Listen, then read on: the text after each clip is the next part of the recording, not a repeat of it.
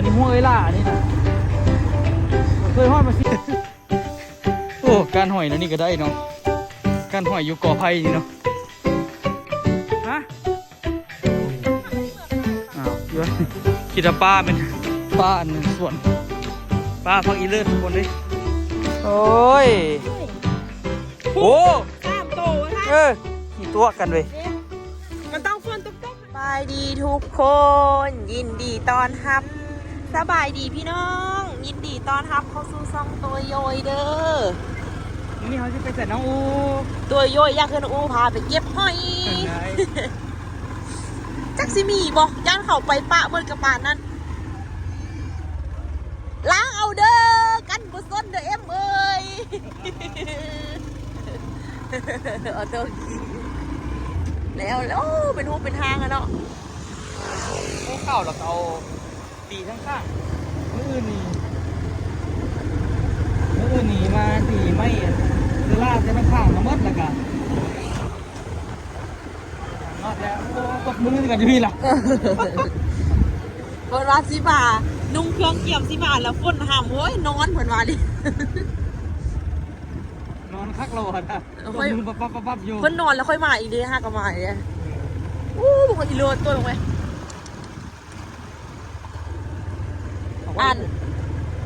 วันนี้ใจว่าหอยซิมีบ่เนาะตัวไปกูละเราไปหาโน่ปะ บุกไปโมเมียนอุดยุง บ่นะ ถ้ามีอุดยุงกว่าจะไปอยู่ฝนตกวันนี้เรายุงกัดเอ้ยพูดเหนียง เอาไปเอาของงานนะเคยไปเลยค่อยว่าไปหักเก็บหอยนี่บ่ได้ไปหาโน่ได้100%มาค่อยว่า โมได้หรอกคนไปหาเบิดละเอ้ย มันไปหาเห็นหอยอีน่ามืดน่ะ ห้อยของกูมาไปนั่นดอกบึ้งเขาดูกับตกมืออยู่น่ะ ให้เดือบ้านดีแต่ว่าโอ้ขับรถเป็นหลานนางเขาออก ครับเจดุนครับตื้นไปตื้นมาอยู่ย่างรถไถมาไถ มาเงี่ยวเวลาโอ้ยมาข้อเรากินมัน การแล้วเพื่อนจะกินน้ำเดือดแล้วให้เจ้าไปกินมะเงี้ยวป่ะสัน อู้งามขนาดตัว พอมาไก่น้ำลายไหลเลยมะเงี้ยวมันจะอะไร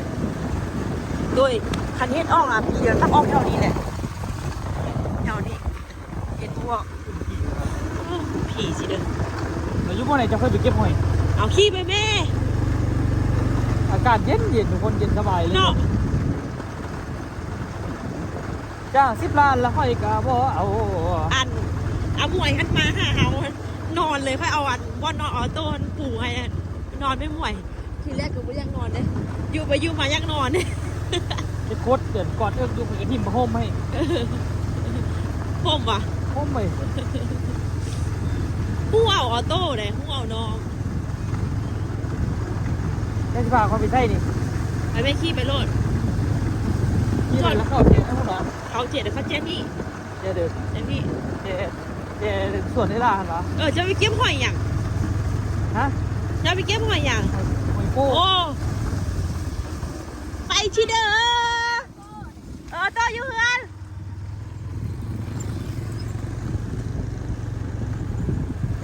วิวท่าผ้าเห่าเลยเนาะท่าผ้าเดียวกับโต้เว้ย นากลับบอก มา นากลับบอก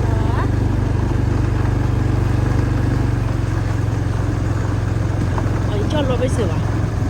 พี่เข้าไปเลย แม่นวะ เข้าไปใส่เข้าไปนี่เหรอ เออ เข้าไปเลยแหละเด็กเจ้าของสวนก็อยู่นี่ดิ เบิ่งสองคนนี่ไม่ทำมาเด้ เวลานี่นะ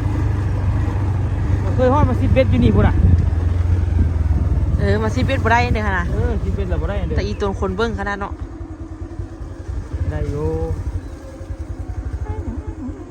เก็บปลาคอนะหลายก็ห่วยตัวนี้ น้ำห้วยเริ่มมาดิ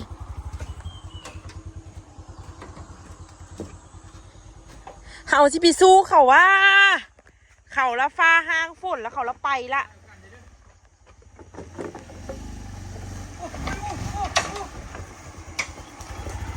ผู้ตกใจ หัวเจ้าต่อแหล่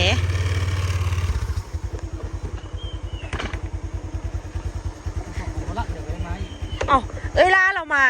ส่วนยางเราก็มาทางนี้ตัว ส่วนอย่างเราอยู่ไหนนี่ เนาะ เคยอยู่เจ้าเคยอยู่วะ เคย เคยมาเข้ามานี่วะ เคย เข้ามานี่อย่าง มาเก็บหอย อันนี้มันสามารถแยกไส้กับแยกขวดได้เจ้าสิไปทางด้าว จากซ้ายซะ ใช่จะเอาเสียเจ้า ไปไม่ห่วงมาเสือกเลยโอ้ยยังหลูเล่เลยไหมเฮ้ย ตัวเล็กไอ้อย่างเรื่องงามลูกปักเลยดิรถไปบ่ได้กับว่ามูโรเล็กอันนี้โอ้มันไปกินเก้าได้นี่น่ะ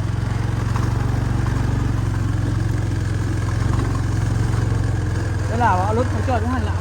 ย่านข่อยขี่มาบ่ได้เหมือนกันเราอ่อนขี่เขามาได้อยู่แต่ข่อยบ่ฮู้ว่าสิได้บ่ ไอ้อย่างไอ้ตู้ที่อันนี้ บ่แม่นอย่างอีติกกี้อันนี้นะ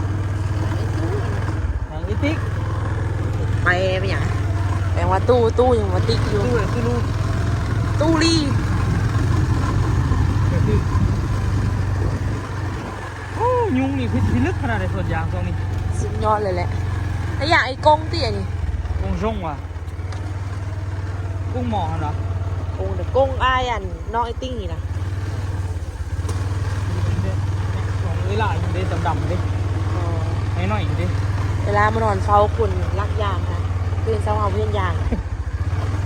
นอนเฝ้าคนรักเลยโมเมนต์นั้นนอนเฝ้ายางโมเมนต์เลย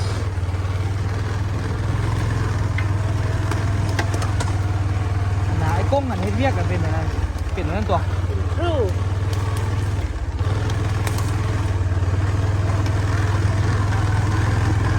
จะเคยเข้ามาในอยู่อ่ะ ในส่วนยางนี่บุเคย แม่งก็บ่เคย แม่เดี๋ยวขี้เยอะเดี๋ยวมายุ่งกับพี่ น้องอู๋ไม่รู้อะไรตอนแรกก็อยากเสื้ออูอยู่แต่ว่าหลังๆนี่เริ่มบ่อยากเสื้อปานใดละเสื้อพามานี่นะหนทางมีข้างนอกกับบุพามาพากันบุห่วยบุห้องเช้ามานะโอ้ยคอยว่าไปหานอดีกว่าบอกอยากโอ้ได้ทุกคนโอ้โหโอ้โหเฮลโอ้ส่งขาดแล้ว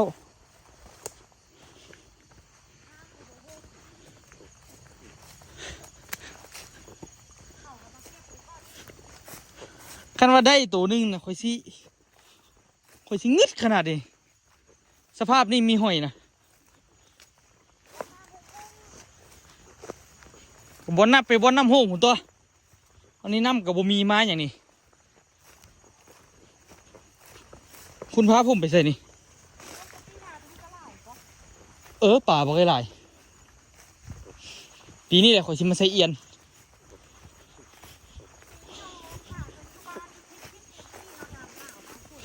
ยานแต่บ่ได้ไปใบแบะๆอยู่ไกลๆไปสิได้ยิน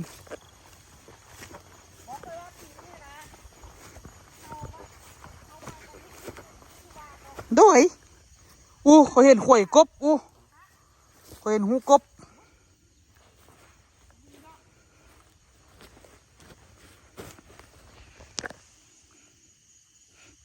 เขาเจ้าคือว่าอันนี้มันบินตัวนี้ปกว่ะเจ้าไปแซนนายใส่นี่สบอผมแอมโคตรแจมมือนี่แจมใช้แจมไว้แต่อูเริ่มบ่แจมละมั่วขนาด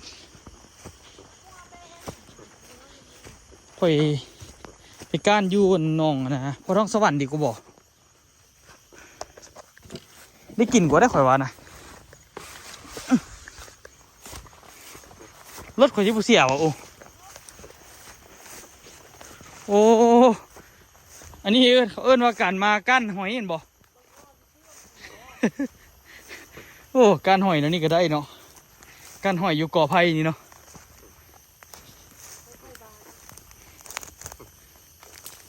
อีกเดือนนึงนอกออกเต็มเลยไม่เสียงนะ หูแล้วเถียงนานะเบิ่งสภาพเราข่อยกับโบเบิ่งคือโบเมนข้อไก่ดอกข่อยว่าโอ้นี่เขาเจ้าปักนี่สิปลูกอย่างได้นี่ปักไม้นี่คือสิบ่ปลูกม่วงแล้วเนาะ มึงจากกันปักไม้นะนี่โอ้บ่อยากเสียใจเป็นไรนะแล้วพาขอขี่รถเข้ามาอย่างนี้ทางอื่นบ่มีทางเข้าหรอวะ เจ้าหมานี่คอยถ่ายเจ้าหมานี่มันบ้อนเขาชอบซอกยัง เฮ็ดชอบเฮ็ดชอบหอยแต่ว่ามันที่มีหอยบ่ออันนี้อีกเรื่องนึงเนาะ แล้วเจ้าพาเอาขี่รถไปอย่างนั้นแต่เธอเจ้าสิบอกข่อยจอดทั้งหน้าคุณดีที่ข่อยเข้ามาในถ้าข่อยบ่เข้ามาในให้สีเซ็ตได้นี่ เป็นยัง เอาในย่างไก่เอ้ยทำนี่หนึ่งมาสั่นทุกคนเอ้ยบอกน้องอูไหมไว้น้องอูธรรมดาเลยน้องอูร้านสองนี่ทุกคนก็อยากคือว่าน้องอูร้านสองหัว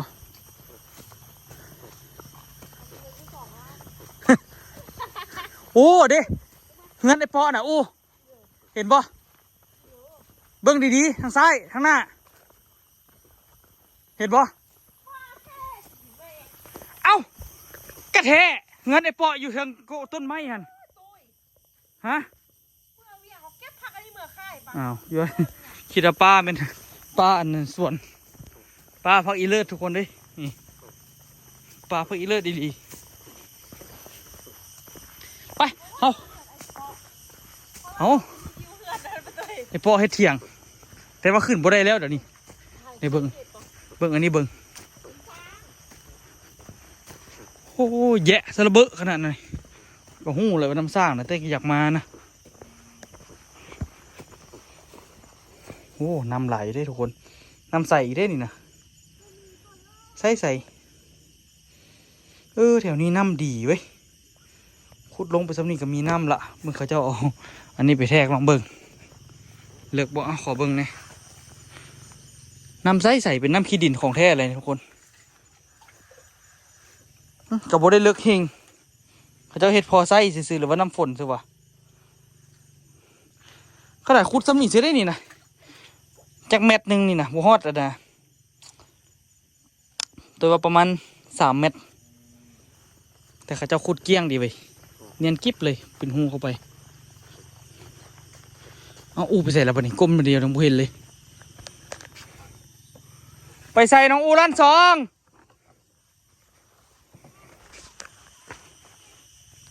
บ่ซอกนะหอยนะบ่อยากกินแล้วไปบ่เสื้ออย่างตัวเองอยากมาบอกบ่มาที่เป็นตลาดกับบ่เสื้อไปซื้อของแม่นั่นเอาไอ้ติ้งบอกเขามาขายนะฮะทุกคนเห็นอูอยู่วะคุณแต่เจ้าย่างไปเซนนะมันบ่มีดอกเดี๋ยวนี้สิมีรถเขาจะขี่เขาจะกระหอดพุ่นอูไปรอเก็บหอยเพื่อนมันบ่มีอูเอ้ยอย่าฝืนธรรมชาติเถอะไป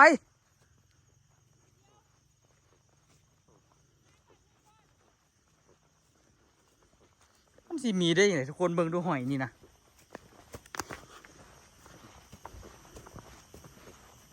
น้ำทอมอย่างหนึ่งช่างกับบ่มีเห็นหมดทุกคนเถียงไอ้ปอนะเถียงไอ้ปอแปะนะบันไดรังนกที่ใหญ่ที่สุดในล่องซานเห็นหน้าคนรอเนี่ย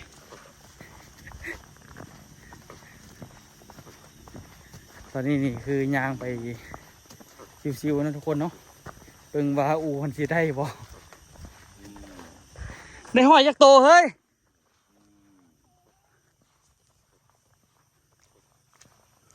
ได้กระแปลกแล้วบ่ทุกคน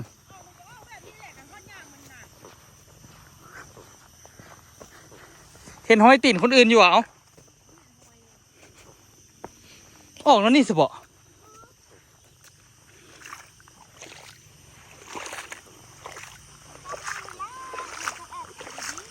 มื้อนี้น้ำโบราณมันบุดีไปกลับ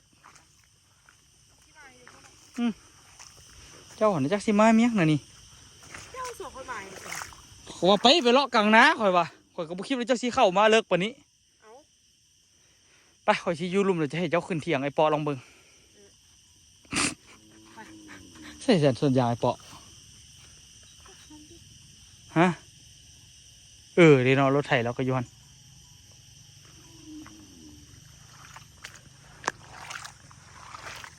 บรรยากาศดีมาเอาบรรยากาศซื่อๆนะทุกคนเบิ่งงัวนี่มันนำจะมามันสิมาซนเจ้าน่ะจะเบิ่งไหมบ่เชื่อน่ะมันวะ มันละออโต้ มันวะนะ ออโต้ ข้ามมันวะมันนำมาเป็นบ่เป็นอย่างไรทุกคนมันจะกินเกลือนะเขามันคิดว่าเขามีเกลือฝันไปเถอะไม่มีหรอก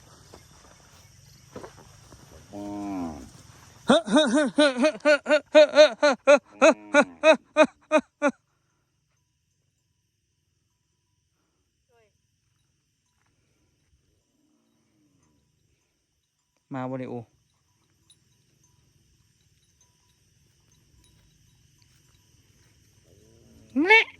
มาเละบ่มีเกลือดอกก็ยอกซื้อหัวน้ำมาเต็มเลย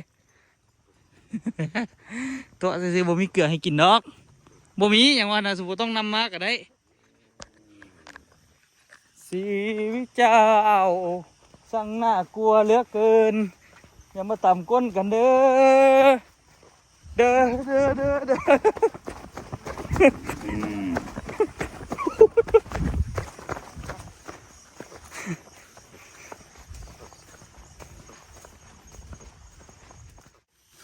แต่ให้มึงดูมันออกยังไงมันออกตามทุ่งนาแล้วนี่วะว่ะได้3 ตัวพุ่นน่ะตีตังจีนนี่ก็เลยโอ้ยโอ้3 ตัววะท่านขี่ตัวกันเว้ยมันต้องฝนตกๆเขาเอามาเอามันเนาะเจ้าตัวมันอยากน้อยเนาะเขาเอาหมดละแม่นวะมันก็ได้กินอยู่เนาะขี่ตัวว่า3 ตัวเขานี่บ่ได้จักตัวของแท้บ่ได้ตัวอีกจับแล้ววะมาแรงซะพุ่นอ่ะมองนี่บวออกดีพุ่นเนาะตัวจะขโมยไปเอาซะนัดตัวสอนเหรอวะ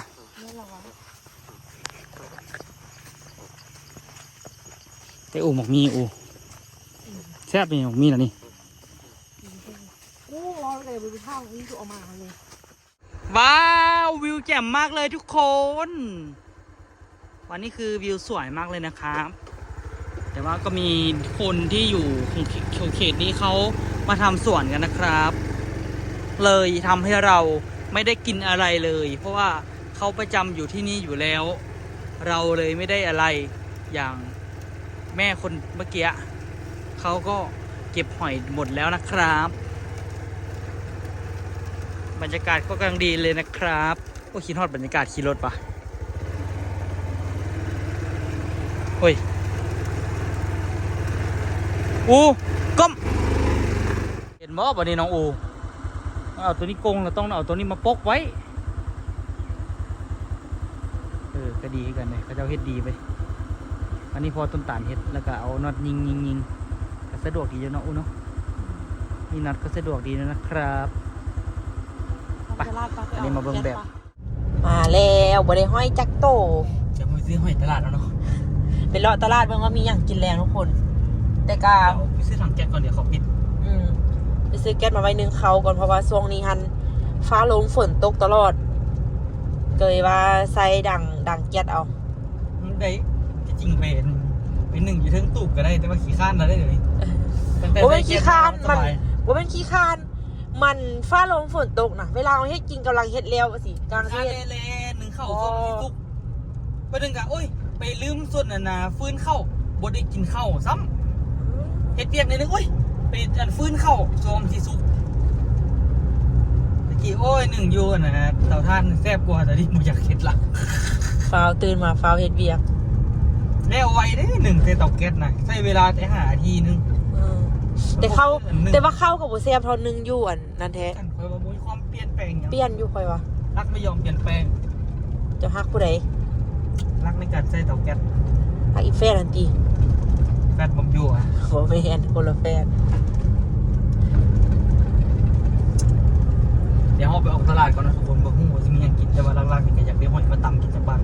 เอาไปซอเบิ่งเนาะว่าสิมีเขาในหอยมาสิมาอันน่ะเขาเฮ็ดจังได๋ไว้บ่ให้มันแข็งนะหอยนะคันปิ้งน่ะ ขอยสิมาพัดน้ำมันหอยใส่นั้นแซ่บหนึ่งแต่บ่ต้องเน้นปริมาณไหลเน้นให้มันมีน้ำ คอยสิตามคอย ต่ำแน่พัดเด้ไปกินเมนูหอยมื้อนี้อยู่น้ำซานทางนี้ทุกคนวันนี้เขาสิไปอันนั้นทุกคนเนาะไปซื้อหอยซื้ออย่างมากินหาอยู่หากินมันบ่ได้เขาก็ใส่เงินแก้ปัญหาเอาซะ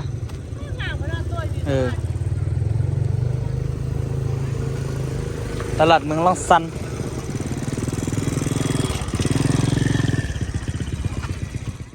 เอาเบิ่งดูมีอย่างไรตรงนี้เพชรงามเนาะ บ้านเท่าไหร่ดีนะพักอันนี้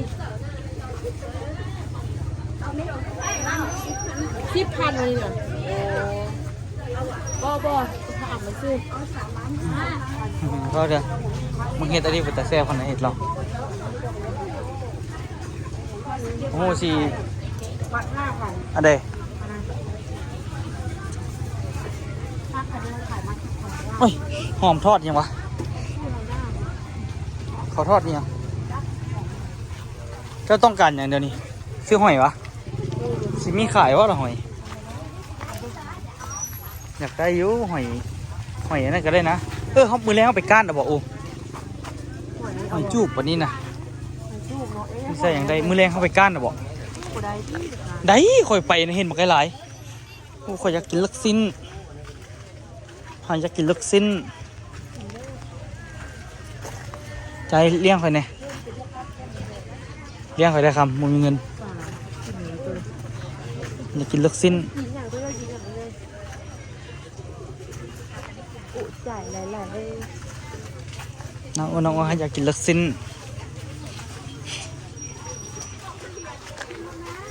น้องโอ้นี่ก็ได้เดี๋ยวเขาจะซื้อ โอ้ 5ตัวมีเท่าเรื่องของมีเท่าเรียนบ้านกัน มีแต่ป่าเว้ย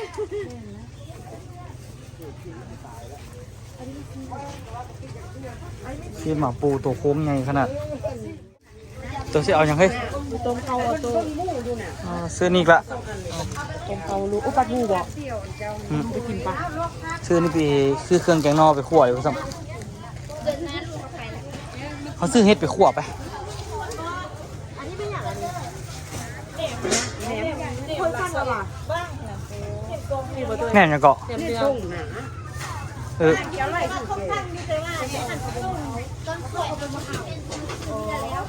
อันนี้ถ้าเพื่อนจะส่งจะเอาไปกินบอกไปกินนี่หรอ จะถามคอยบ่มักปลาจะสิกินเจ้ากระซื้อรถเครื่องแกงมีกับมีครบฮะมีนะหากมาเก็บนุ่งกี้หนึ่งสิส่วนคอยซื้อผักบงโอ้เพื่ออย่างไปรอเก็บเอาตัวพักเงินบักหลายๆบ่มีก็เอาย้อนบักบวบใส่ก็ได้ต่ำแซ่บคือกันแหละ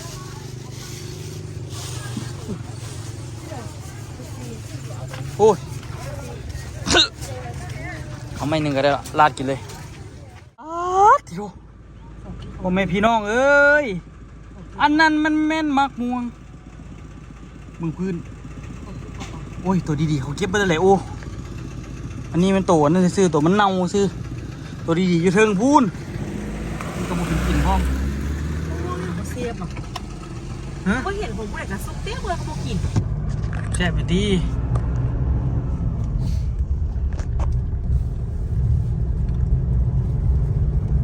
ไปทางด้านของวันนี้ ไปเติมแก๊ส นี่หมกม่วงยังไง หมักลิ้นจี เชี่ยหมกม่วง หมักลิ้นจีเหิ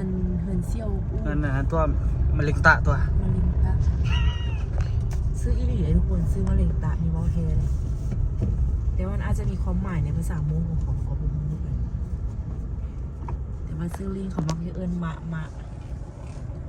บะใช่ปะ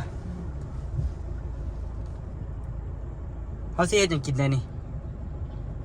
ว่าโมสิเนี่ยสุพร เอาไปเอามาไปก้านกับบ่ได้ มันสวยจริงๆเนาะ เอาไปเอามาไปก้านกับบ่ได้อย่างกับบ่ได้จับแม่ งามสุดๆเลยทุกคนมองไหมโอ้สวยมาก ไปก้านกับบ่ได้มาซื้อกับบ่ได้ใช้เงินแก้ปัญหากันยังบ่ได้กินโอ้จะเป็นมักแตงโมลึกใช่ปะ งามมาตัวมองไหม เดี๋ยวไป แรงกว่าสปิการหอยการเขียดบรรยากาศดีทุกคนล่องซานตรงนี้บอกเลยดีเวอร์ช่วงนี้นี่มันไผ่ซิมาเที่ยวนี่แนะนำเลยทุกคนเด้อช่วงหน้าฝนนะอูเนาะก็มีพอมีเฮ็ดพอมีกิจกรรมเฮ็ดอันนี้นี่ จะน้อยเลยก็ไปนาได้นี่ ไปหน้าเนี่ยบอปัดเลยนี่เขาจะผสมปูนเขาจะผสมอยู่ในเลยเขาจะเทียนอย่างวะนี่ขยายห้านเหรอ แต่ว่าเทพื้นห้านที่บอก เทพื้นนี่มันสูงยันเป็นน้ำมันท่วมนี่น้ำมันท่วมขึ้นแล้วเจ้าเทพื้นขึ้นอีก อาจจะเอาแก๊สละ ลืมซื้อแก๊สไว้โอ้น้องอูนี่ก็ได้โอ้ว่ายังเงียบอยู่ไปซื้อแก๊สก่อนเดี๋ยวนี้นี่คนอยู่ลองซานเขาเจ้ากะรู้สึกว่าเริ่มสร้างนั้นสร้างนี่บอกไกลๆแหละทุกคนเลยตัวอยากมีเงินใครเครื่องก็สร้างไวๆเด้อยากเห็นห้านแล้วไวๆเด้รู้สึกว่าแต่นี่กำลังมีการก่อสร้างหลายอีหลีเลยเบิ้งคือบ่มีอย่างแต่ว่ามันกับมีแบบเรื่อยๆเนาะเครื่องก่อสร้างทั่วไปมีนักดนตรีเล็กตะปูค้อนตีพูดแล้วไปนะอยู่เมืองลองซานนี่เขาจะยังเน้นโค้งเป็นโค้งไม้อยู่เนาะเป็นส่วนใหญ่ก็ต้องมีเล็กตะปูไว้ขายค้อนตีเนาะพวกดิ่งพวกอย่างนี้แหละครบเซตเนาะอุปกรณ์ก่อสร้างหลายๆอย่างก็ต้องมีให้ครบอันนี้นี่ห้านเขาก็เปิดไม้ทุกคนเป็นห้านขายเสื้อผ้าเนาะมีโอกาสเดี๋ยวสิมาเลาะเบิ่งอยู่ก็สมควรอยู่แหละเขาจะเฮ็ดอยู่นี่ก็ได้เดี๋ยวนี้นี่เขาเจ้าเริ่มทุบห้านเก่าๆถิ่มละเขาเจ้าเริ่มปลูกสร้างมาใหม่ละคืออันนี้เนาะทุกคนอันนี้บุ้งว่าเขาเจ้าเซตอย่างนี้จะว่าเขาเซตอย่างโอ้ น่าจะเห็นทาน มันคล้ายๆเป็นห้องแถวเว้ยแต่ว่าโบแมนห้องแถวเป็นแบบว่าเป็นห้านแบบยาวๆเข้าไปคันจิแมนแต่มีเสาทั้งกลางคนละงงเซตอย่างวะใส่เสาของน้ำปะว่าตีของน้ำกับใส่เสาที่จริงเป็นอาคารใหญ่อย่างกับควรใส่อยู่แต่อันนี้มันอาคารน้อยนะของน้ำอย่างกับกอใส่มีแต่เทคานหลักกระเลี้ยวกอขึ้นกับโบได้มีปัญหาอย่างกับเป็นของน้ำเจ็บมือเลยเมื่อกี้รถเขาเจ้าคาแล้วตัวไปยิ้วรถซวยเขาปวดมือเงียกๆเลยแต่ก่อนตลาดนะทุกคนเนาะตามที่ทุกคนเห็นกับซียูบอลเบื้องขวามือนี่แต่ว่าเดี๋ยวนี้นี่เขาเจ้ากับปรับปรุงเปลี่ยนไปบอลใหม่ละเจ้าเราว่ามองอันกับมองนี้จะมากตัวไหนกัน มองก็มองนี้ว่ะสำหรับค่อยว่ะมองไหนก็ได้แต่ว่ามองนั้นคือสิดีกว่าจะบอกโอ้โหเด้มองไหนก็ได้ค่อยมีปัญหา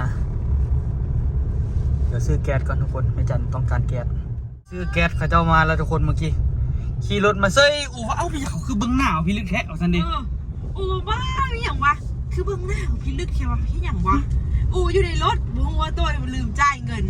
สุดท้ายลืมจ่ายเงินค่าแก๊สส่งพอเขาเบิ้งหน้าก็เลยโทรไปหาเราพอดีมีเบอร์เราดิพอก็สร้างเครื่องเราตลอดสินะโทรหาเราช่วงนี้คือก็หายไปเดียวก็ลืมจ่ายเงินให้เจ้าเราก็ว่ายุพูดกับมุ่งเบิ้งหน้าเอาเทว่าเว้ยพูดกับเบิ้งอยู่แต่ว่าเขากับบุขึ้นว่าเขาสิรักดอกเขาก็งงเงินเขาอยู่เขาคิดว่ามันต้องลืมของจิบาซะละเขาก็ไปซื้อเครื่องเขาไปหลายเทื่อละเราก็มาเอามอนเงินเขาตลอดเอามอนเงินเขาตลอดเราก็งงจักเฮาอยู่เขาคิดว่ามันต้องมันไผกระเบิ้งเลยเนาะผู้หญิงวะพวกหน้าคักเทวงงสุดท้ายเงินบ่จ่ายเอาแก๊สเขาละขี่รถหนีซะโอ้ยน้องอูเฮ็ดไปน้องอูลองสารนี่หมอกกุ๊บขนาดเดี๋ยวนี้หามเดียวว่าเนาะอันที่งูปิดอะมึงคลิปไปตุยแกถ่ายอยู่นี่ดิยังถ่ายคลิปของพี่เลยนะโอ้ยบ้านเขาก็มีเต็มหมอกมันเป็นสิ่งธรรมดาที่มันเบาๆเกินไปโดนได้เห็นทุกคนทั้งบรรยากาศนะนี่ขอเก็บบรรยากาศนิดนึงนะมื้อนี้นี่กะบ่ได้มีหลายนะทุกคนเนาะเดี๋ยวรอเก็บหอยกะบ่ได้หอยมาเลาะซื้อหอยกะบ่ได้มีบ่มีขายโอ้ยเอาเท่เอาว่านะทุกคนอยากกินก็เป็นบ่ได้กินเอาเท่เอาว่าอ้าวถ้าไปกินตำน้ำอูเอาเด้อทุกคนเด้อตำหอยตำปลาหมึกใส่อย่างอูซอสเก็บผักแถวนั้นใครๆเขาตำคือมื้อนั้นน่ะตำคือเขาไปกินอยู่ห้านน่ะคือว่าแซ่บแต่ข่อยเขาจะไปซื้อนอนไอ้แก้วเพราะว่าคันไปค่อยไม่อยากเอาของเราฟรีนะเพราะว่าอย่างเราอย่างของเขาก็ยังซื้อโมเมนต์อันเรื่องซื้อขายยุ่งอะไรกับปกติแต่ว่าค่อยไม่อยากเอาของเราย้อนว่าเรามีลูกน้อยคันเขาซื้อ กับเราก็ยังพอได้เงินไปซื้อนั่นซื้อนี่อัน เราก็มาซื้อน้ำมันเขาเก่า เขาแบบเชียร์นะ แล้วที่ไปเอาอย่างเที่ยวว่ะ เอา ทุกคนน้องใครที่มาคลิปนี้ก็อย่าลืมฝากกดไลค์กดติดตามช่องตัวยุ้ย2 รอบพาเลาะเด้อสำหรับคลิปนี้ขอตัวลาทุกคนไปก่อนแล้วเจอกันคลิปหน้าทุกคนคลิปนี้กับผมมีอย่างหลายเลยเฮ็ดอย่างกับบ่ได้เนาะ